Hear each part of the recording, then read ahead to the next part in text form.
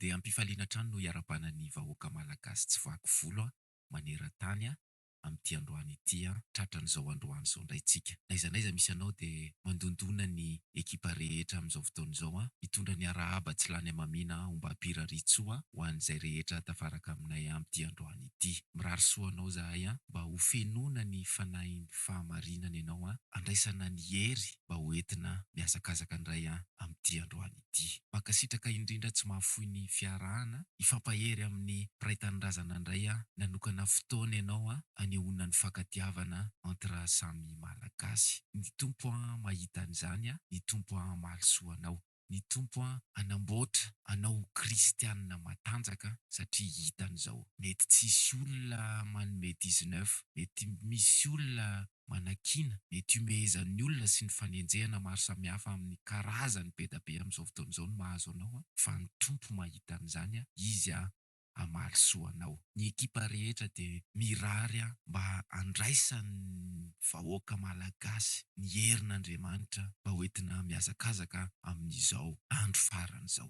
Tena ilayntsika izany amin'izao fotoan'izao ary izao fandaharan'izao dia amerina maro amin'ny fahamarinana ny amin'ny hikatsahana ny fanjakan'Andriamanitra fa efa akaiky Jesosy. Misaotra ny tompo koa tsika noho ny namoriny antsika eto indray amin'ity androany ity. Ndao hisaotra ny tompo fa tena tsara izy. Matetika ny fisaorana ny tompo dia adino fa androany dia mampatsiahy indray ny tenin'Andriamanitra fa misaora amin'ny zavatra rehetra. Inona ny zavatra miseho amin'ny fiainantsika amin'ity androany ity. Ndao hisaotra ny tompo fa mahasoa antsika izao zavatra miseho amin'ny fiainantsika izao amin'ity androany ity. Izao tontolo izao dia mampiorooro. Izao tontolo izao dia mitondra tahotra. Dia indraindray voasarika izany ny zanak'Andriamanitra. Ndao tsika hitodika amin'ny teny fampanantenana. Izy efa niteny hoe izaho tsy andao anao mihitsy na afoy anao akory. Ndao tsika hiankina amin'izany teny fampanantenana izany dia hitsangana tsika ka ho lasa mpandresy dia tsy hisy dikany mihitsy ny fampioroorona sy ny fampitahorana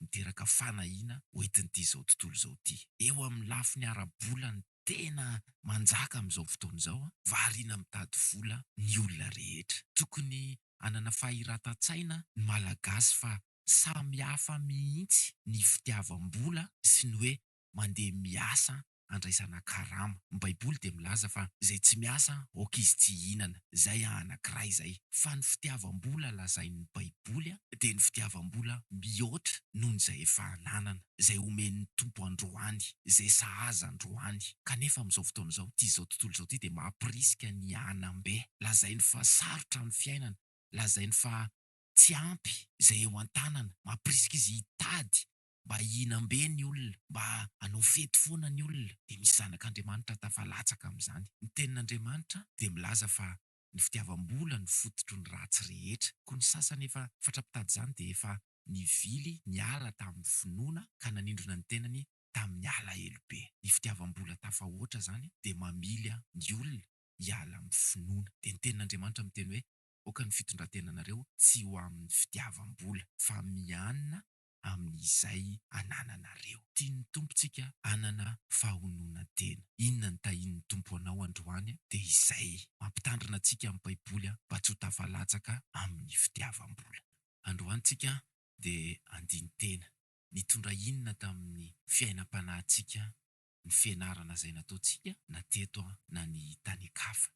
Mila mandiny tena ny zanak'Andriamanitra fa andro farana izao. Alohan'izany dia ndao apetraka eo am-pelantanan'ny tompo ny fianarana izay ataontsika fa tsy ahavitin'ny etontsika raha tsy manana ny fanatrehany. Jesosy misaotra betsaka noho ny tamin'ity androany ity. Misaotra betsaka fa novorianao eto indray ny malagasy. Misaotra betsaka amin'ny fitantananao. Misaotra betsaka fa tena vimbininao zahay. Misaotra betsaka fa tanteraka aminay ny teny fampanantenana nataonao hoe ianao tsy andao anay mihitsy na afoy anay akory. Tena tsapanay izany Jesosy fa hitanay isan'andro ny voninahitrao, ny fiarovanao, ny fitahianao, ny fanambinanao. Misaotra betsaka miaraka aminay. Misaotra betsaka maniraka ny fanahinao masina mampianatra anay. Misaotra betsaka noho ny ireo asa mahagaga ataonao amin'ny fiainanay. Misaotra betsaka amin'ireo zavatra rehetra tsy nangatahanay akory dia efa nomenao. Tompo matetika ny masonay jamba fa afa-po izay amin'ny fanomezanao. afapo izahay amin'ny fitiavanao, afapo izahay amin'ny fanatrehanao anay isan'andro isan'andro. Mekoka ny malagasy amin'izao fotoana izao, midera sy mankalaza manome voninahitra anao. Ry mpanjaka ny mpanjaka, tompony tompo, manjaka mandrakizay mipetraka eo an-tananankavanan'Andriamanitra, tazona ny fahefana rehetra. Jesosy ndao hiaraka aminay, mangataka ny fanatrehanao izay amin'izao fotoana izao. Be da be ny malagasy mila ny fanatrehanao amin'izao fotoana izao. Tompo, indreto izahay efa novorianao eto ity le fotoana efa natokanay mba hifampahirezan'ny malagasy amin'ny alalan'ny teninao, ka mitady anao izay amin'izao fotoana izao. Tompo, arovy izahay fa ny devolo maka ny teninao any am-pon'ny olona, ka mila ny fiarovanao izahay. Jesosy, tazony eo an-tananao ny malagasy rehetra ka tsisy aharombaka. Tompo, tazomy ny malagasy rehetra mba haharitra hatramin'ny farany, ka rehefa tonga ianao dia andray andreo malagasy izay nitandrina ny didinao. Irao ny fanahinao masina amin'izao fotoana izao, hiasa amin'ny izao fotoana izao. Irao ny fanahinao masina amin'izao fotoana izao, hitoetra eto aminay. Irao ny fanahinao masina amin'izao fotoana izao, mba hoany amin'ny malagasy rehetra n'aiza misy azy amin'ity androany ity. Tompo, apetraka eo an-tananao n'izao fotoana izao, ndao hiaraka aminay hatramin'ny voalohany ka hatramin'ny farany, fa tsy mahavita na inona eto izahay raha tsy eto ianao. Tsinitsinina izahay, afaka ny anao inona eto izahay, izay efa mahatoky ny fanatrehanao, izay efa zatra ny fanatrehanao. Tompo, mamondrafo aminay amin'ity androany ity, mamela ny elokay, mamela ny fahadalanay, diovo ny tsirairay hafa, hanantona ny teninao izahay amin'izao fotoana izao, hianatra ny teninao izahay amin'izao fotoana izao. Momba anay Tompo, nidera sy laza ny voninahitra mandrakizay atolotry ny malagasy anao, amin'ny anaranao nanaovanay izany vavaka izany, tsika rehetra na hoe amen. Ndao tsika andiny tena fa be da be ny zavatra asisika ity izao tontolo izao ity amin'ny fiainantsika. Nisy fahazarana nataon'i Jesosy voalaza ao amin'ny filazantsara araka ny Luka toko 12:7-30 amin'ny anaran'i Jesosy manao hoe: ary nivoaka Jesosy koa araka ny fanaony dia nakao an-tendrombohitra Oliva izy, ary ny mpianany koa nanaraka azy. Fahazarana nataon'i Jesosy ny mandeha mivoaka ny tanàna dia makany an-tendrombohitra izy. Hozy ny Baiboly hoe araka ny fanaony. Efa fanaon'i Jesosy zany hoe mandeha mivoaka ny tanàna rehefa avy mahavita ny asan'Andriamanitra ny iraka nampanaovina azy izy dia misy fotoana izy mandeha miataka kely mihitsy mandeha mitokana. Androany tsika dia hianatra an'izany fahazaran'i Jesosy zany. Ndao tsika aloha hitokana mihitsy andiny tena. Mila manao an'izany ny zanak'Andriamanitra, manao jeritodika hoe aiza ho aiza zao ny fiainam-panahy Jesosy efa ho avy. Sao dia sanatria izany ho tratran'i Jesosy, mbola misy pentipetiny tsika, dia ndao andiny tena amin'ity androany ity. Rehefa vita izao fandaharana izao dia manasa tsika ny tenin'Andriamanitra andeha hitokana, andeha andiny tena. Inona no natao amin'izany fandinihan-teny izany dia mamaky tenin'Andriamanitra tsika ao amin'ny filazantsara araka ny Luka toko 7:7-20 amin'ny anaran'i Jesosy.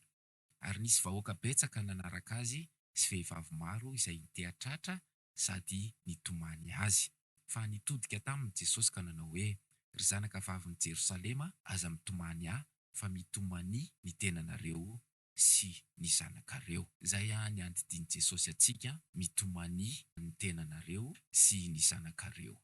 Raha misy olona efa niteraka amin'izao fotoana izao tafaraka aminay dia ndao tsika hitomany ho an'ny tenantsika sy ny zanantsika. Raha ohatra indray misy olona mbola tsy niteraka amin'izao fotoana izao dia hozy ny Baiboly hoe mitomany ny Tenanareo. Rehefa andeha hanatanteraka an'le fandinihan-tenitsika dia tsy hoe andeha hitokana fotsiny fa asain'i Jesosy mitomany ny tenantsika sy ny zanakitsika. Raha misy olona tafaraka aminay amin'izao fotoana izao maheno an'izao tenin'Andriamanitra izao hoe asain'i Jesosy mitomany ny tenany sy ny zanany, dia gaga izy hoe atao ahoana ny fitomaniana tsotra fotsiny amin'izao. Dia izao fandaharana izao dia amerina ny malagasy amin'ny fahamarinana. Mety mbola tsy narahanao teto hoe ny fanahy masina no mampianatra ny zavatra rehetra, dia aza taitra amin'izany ianao fa raha vonona ianao ny ankatoy ny tenin'Andriamanitra dia ny fanahy masina no mampianatra ny zavatra rehetra. Arao fotsiny izay zavatra fitarihan'ny tenin'Andriamanitra atao anatin'izao fandaharana izao dia ho hitanao fa lasa hanana fotorotoro sy mangorakoraka ianao dia ho vitanao zany hoe mitomany ny tenanao sy ny zanakao zany. inona daholo ary ny zavatra tokony andiniantsika tena amin-dranomaso. Ny voalohany indrindra aloha dia ny fananana baiboly. Averimberina matetika eto amin'izao fianarantsika ny tenin'Andriamanitra izao ny tokony hananana ny baiboly. Tsy possible hoe misy kristianina teo any an-danitra marina nefa izy tsy manana baiboly, nefa izy manana telefona lafo be ampiasainy isan'andro ary efa maka ny toerany baiboly eo amin'ny fiainany. Fa maninona ndresahana foana ny telefona?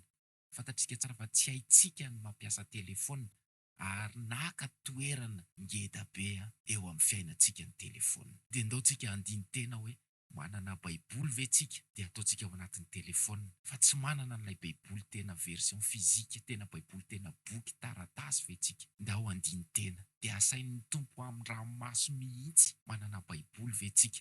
Manana baiboly ve ny zanantsika? Nividianantsika telefona tsara ve ny zanantsika, fa tsy nividianantsika baiboly?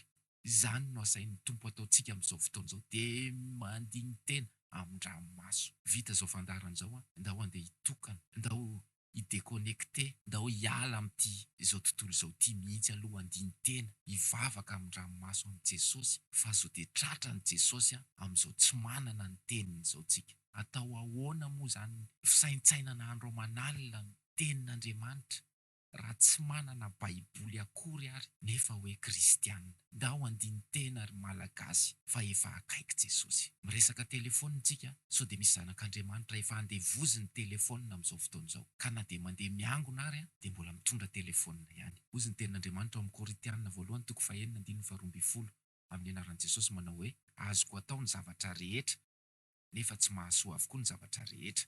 Azoko atao ny zavatra rehetra nefa tsy mety andevozin-javatra na inona aho. Sao dia misy zanak'Andriamanitra efa andevozy ny telefona ka naka ny plasiny Jesosy eo amin'ny fiainan'ny telefona. Ndao andiny tena, ndao hitomany amin'ny ranomaso fa sao dia sanatra in'izany tratran'i Jesosy miondrika eo amin'ny telefona eo. Tenin'Andriamanitra ifiry izay, fampianarana firy izay no efa niresaka momba ny telefona io, dia mbola misy zanak'Andriamanitra ihany andevozy ny telefona. Andriamanitra tsy azo vazivaziana, ndao andiny tena fa sao dia tsy manana baiboly, sao dia le fototra maha-kristianina mihitsy dia ny tenin'Andriamanitra ny tsy hanana ny zanak'Andriamanitra. Tandremo fa ny devoly maka ny tenin'Andriamanitra any am-pon'ny olona maika, fa tena ataony mihitsy izay tsy hanana ny zanak'Andriamanitra baiboly. Dia tonga amintsika ny tenin'Andriamanitra amin'ity androany ity, amerina malagasy amin'ny fahamarinana, ndao hitomany ny tenantsika sy ny zanantsika. Manaraka izany indray dia ndao koa andiny tena amin'ny antom-pisiantsika. Fa maninona tsika ny eto ambonin'ny tany? Inona ny mission antsika eto? Sao dia misy olona milaza azy fotsiny fa tonga dia kristianina nefa ny antom-pisiana, ny antom-pisiantsika mbola tsy mazava tsara akory. Amaky tenin'Andriamanitra tsika ao amin'ny boky Isaia 4:30 andininy 1:20 amin'ny anaran'i Jesosy. Izao olona noforoniko ho ahy izao no hanambara ny fiderana. Mbola ao amin'ny boky Isaia ihany 5:70 andininy 7:20 amin'ny anaran'i Jesosy. Ny tenako no nianianako, nisy teny efa navoaky ny vavako tamin'ny fahamarinana ka tsy hitsoahako. Amiko no andolian'ny lohalika rehetra sy ianianan'ny lela rehetra. Izany ny antom-pisiantsika andohalika eo anatrehan'Andriamanitra sy hidera an'Andriamanitra. Sao dia adino izany rehefa sitrana ny aretina, rehefa afaka fanadinana, rehefa nahita vady, rehefa lasa mipetraka any an-dafy, rehefa nahita asa, rehefa metimety ny fiainana, dia sao dia adino ny antom-pisiantsika fa ny andohalika sy hideran'Andriamanitra sy hitady azy. Zay no antom-pisiantsika, hitady an'Andriamanitra. Rehefa tonga ny tsy metimety eo amin'ny fiainana dia mitodika amin'Andriamanitra matetika. Rehefa miposaka indray ny masoandro dia adino indray fa tokony hiakohaka eo anatrehan'i Jehovah Andriamanitra. Malaza be amin'izao ireo olona milaza zomay. Dia misy zanak'Andriamanitra tafalatsaka amin'izany fandrika izany, satria tsy tarihin'ny fanahy masina dia lasa mandeha mamonjy an'ireny olona milaza zomay ireny.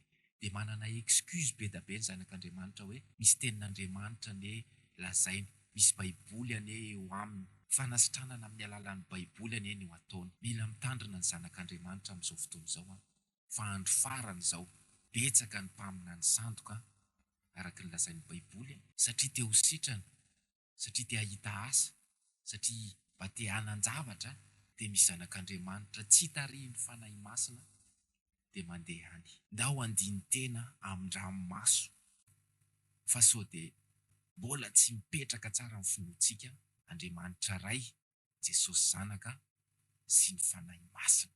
Ahoana ny fomba fifandraisantsika amin'Andriamanitra, amin'ny Jesosy sy ny toerany fanahy masina atao anatintsika? Ndao andiny tena, zany anie no andidin'ny baiboly atsika, zany ny tenenin' Jesosy zao amin'izao fotoana izao. Mitomania ny tenantsika sy ny zanakitsika, fa mbola manaonao foana ihany ny zanak'Andriamanitra. Dia ndao ankatoy ny teny, vitsy izao fandaharana izao, ndao andeha hitokana andiny tena aiza ho aiza ny finoantsika an'Andriamanitra ray, Jesosy zanaka sy ny fanahy masina. Jaonina voalohany 4:5-10 amin'ny anaran'i Jesosy. Na iza anaiky fa zanak'Andriamanitra Jesosy dia mitoetra ao amin'ny Andriamanitra ary izy kosa ao amin'Andriamanitra. Efa tanteraka amin'ny fiainantsika ve zany hoe manaiky fa zanak'Andriamanitra Jesosy? Efa tanteraka amin'ny fiainantsika ve zany hoe Andriamanitra atao amintsika dia itsika ao aminy? Raha sanatrian'izany mbola tsy izany ny zavatra miseho, ndao aingana andiny tena amin-dranomaso amin'ny fiainam-panahintsika. Sao dia sanatrian'izany tratran'i Jesosy eo amin'ny tsy finoantsika. Jesosy efa niteny fa raha ho avy ny zanak'olona ozy moa hahita finoana va izy ety ambonin'ny tany. Ny finoana zany ny verifen'i Jesosy voalohany rehefa ho avy izy. Sao dia mbola ao anatin'ny tsy finoantsika, sao dia mbola manompo olona, sao dia manindranindra olona, dia voasolon'izany ny finoana an'Andriamanitra sy Jesosy sy ny fanahy masina. Ndao andiny tena amin-dranomaso. Inona koa ny tokony andiniantsika tena amin'ny tena hoe maha-kristianina atsika, tena hoe milaza zo kristianina atsika? Inona ny tokony tena andinia tena sao dia variana amin'ity izao tontolo izao ity? Filazantsara araka ny Jaonina 4:4-7 amin'ny anaran'i Jesosy.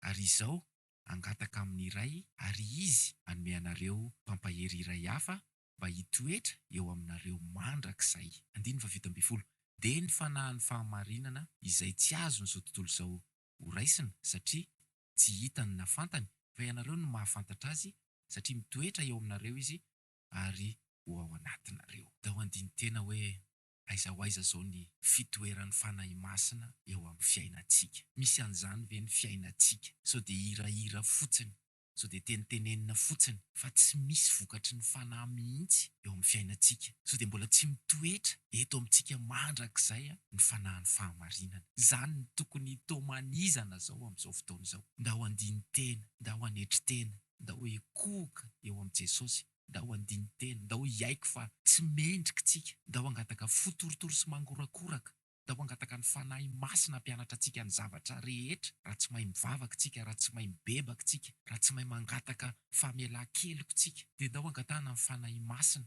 mba hanana fotorotoro sy mangorakoraka tsika, azontsika mitomany midradradratra andiny tena eo an-tongotry Jesosy. Baiboly milaza hoe mba hitoetra eo aminareo mandrakizay. Ny dikan'izany dia hoe manomboka amin'izao fiainantsika eto tany izao mandrakizay dia tokony hitoetra atao amintsika ny fanahin'ny fahamarinana. Manana an'izany ve tsika ry vahoaka malagasy? Ndao andiny tena efa ho avy Jesosy andro farany izao, sao dia variana ny rivotra ho entin'ity izao tontolo izao ity. Asaina mitady vola, asaina manao fety foana, dia aderaderan'ireo sakafo sy fitaovana raitra mba ho variana amin'izany ny zanak'Andriamanitra.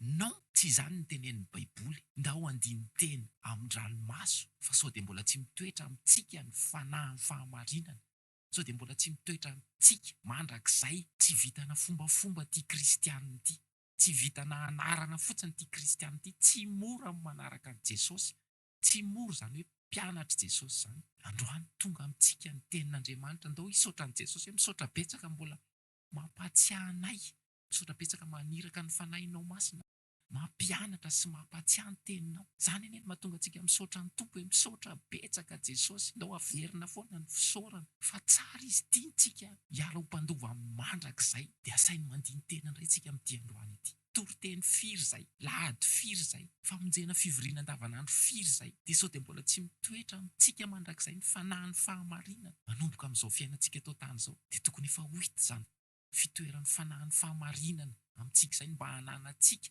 ny vokatry ny fanahy. Sao dia tsisy vokatry ny fanahy mihitsy, ndao ekohaka, ndao hidradradratra, ndao andiny tena, fa sao dia tsy manana ny vokatry ny fanahintsika. Ny epistily nosoratan'ny apôstôly Paoly ho an'ny Galatiana 5:1-20 amin'ny anaran'i Jesosy. Fa ny vokatry ny fanahy kosa dia fitiavana, fifaliana, fiadanana, faharim-po, fahamoram-panahy, fahatsarana, finoana, fahalemem-panahy, fahononam-po, tsy misy lalàna manolotra izany. Ireo vokatry ny fanahy voalaza teo ireo ve efa hananantsika. Sao dia kristianina anarany fotsiny, sao dia kristianina fombafomba fotsiny, fa tsy manana ny fanahy fahamarinana mitoetra ho aminy tsirairay avy, tsy hitantaratra amin'ny fiainana mihitsy izany vokatry ny fanahy izany. Mandidy antsika Jesosy androany, mitomania ny tenantsika sy ny zanantsika. Tonga ny tenin'Andriamanitra amerina ny malagasy amin'ny fahamarinana, ndao tsy hiziriziry intsony, ndao mpakatony teny, ndao andiny tena, sao dia mbola tsy manana fitiavana, ilay fitiavana vokatry ny fanahy, sao dia fifalian'ny fahazahoana zavatra, sao dia fifalian'ny fety, sao dia fifalian'ny fankalazana izay atao eto amin'ity zao tontolo izao ity ihany ny fifaliana. Sao dia tsy manana fiadanana, sao dia misy olona mbola tsy matory amin'ny alina, tsisy fiadanana ho an'ny ratsy fanahy, sao dia mbola tsy mahay miaritra,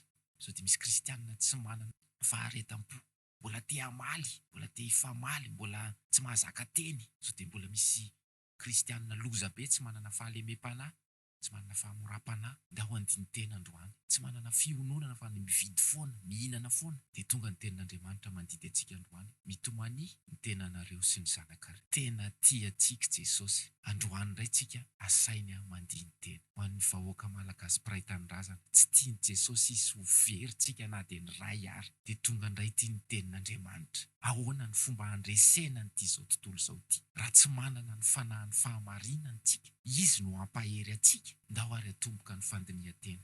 Na inona zavatra mitranga amin'ny fiainantsika eto amin'ity zao tontolo izao ity, eto ihany izany. Andremo sao dia tafalatsaka amin'ny fandriky ny devoly manahy amin'ity zao tontolo izao ity ho rava ity. Fa ndaontsika hakatony tenin'i Jesosy, mitomania ho an'ny tenantsika sy ny zanantsika. Be da be ny zavatra tokony hitomaniana sy andinihan-tena amin'ny fiainantsika andavanandro, fa ndao aloha reto fototra amin'ny maha-kristianina mihitsy ny ndao no tena hitomaniana amin'ity androany ity, dia ho zatra an'izany tsika dia afaky ny andiny tena amin'ireo fahalemena hafa misy amin'ny fiainantsika. Fa ilay Baiboly tenin'Andriamanitra tsy hananantsika mihitsy, ny finoantsika an'Andriamanitra ray, Jesosy zanaka sy ny fanahy masina, ny fitoerany ny fanahy masina mandrakizay eto amintsika, ndao aloha izany no andeha hitomanizantsika, ekohofantsika eo an-tongotry ny tompo. Fa efa tena andro farany izao, ndao petraka eo am-pelantanan'ny tompo izany teny izany, fa sao dia alay midevoly. Jesosy eo misaotra betsaka noho ny teninao, misaotra betsaka tia anay. Jesosy mamelà amin'ity fonay maloto ity, mamelà ny toetra ratsy, fahazarany ratsy, ny fahotanay. Tompo, misaotra noho ny teninao, voarainay.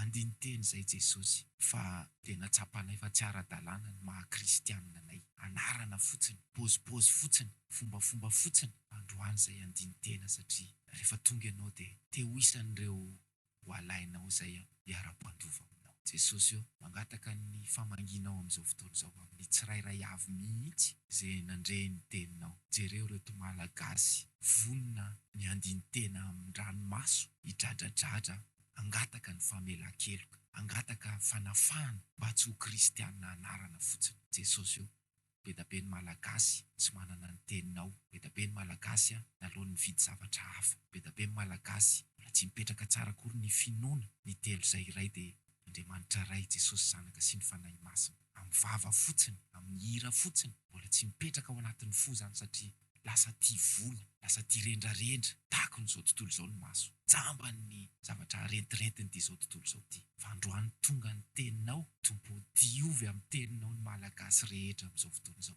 Jesosy anaovy zava-mahagaga zahay, fa zahay te ho isan'ny mpandova. Jesosy anaovy asa mahagaga zay fa zay te hitoerany fanahin'ny fahamarinana mandrakizay. Jesosy jereo reto malagasy reto kely hery tsy manana hery tsy mahavita na inona na inona miankina aminao metehitra amin'ny teny fampanantenanao. Tompo vonjeo zahay, Jesosy aza velanao rereto ny malagasy, vonjeo zahay. Irao ny fanahinao masina nadio, irao ny fanahinao masina hampianatra, mamindrafo aminay Jesosy, mamindrafo aminay, mamelany eloka diovy zahay. Le famonjeny Jesosy efa vitanao eo ambony hazo fijaliana ny anjaran'ny malagasy takinay amin'ity androany ity, mamindrafo aminay. Misaotra betsaka niaraka taminay tamin'ity androany ity, misaotra betsaka noho ny teninao, misaotra betsaka noho ny fierovanao, misaotra betsaka ny ikasianao ny fon'ny malagasy feno fanetretena amin'ity androany ity, ka andeha andiny tena amin'ny ranomaso ny amin'ny fiainany tsirairay avy. Dera sy laza sy ny voninahitra atolotray ny mpanjakan'ny mpanjaka, petraka eo an-tanana ankavanan'Andriamanitra, velona mandrakizay eo an-tananao ny fahefana rehetra, amin'ny anaranao no anaovana izany vavaka izany, malagasy rehetra na hoe amen. Mankasitraka indrindra ny mpiray tanindrazana ny ekipa rehetra amin'izao fotoana izao tsy niova radio ianao fa naharitra hatramin'ny farany ametraka amin'ny mandram-peony izay fa manantena ny mbola hifatahita aminao, dao hitomany ny tenantsika sy ny zanantsika fa efa ho avy Jesosy.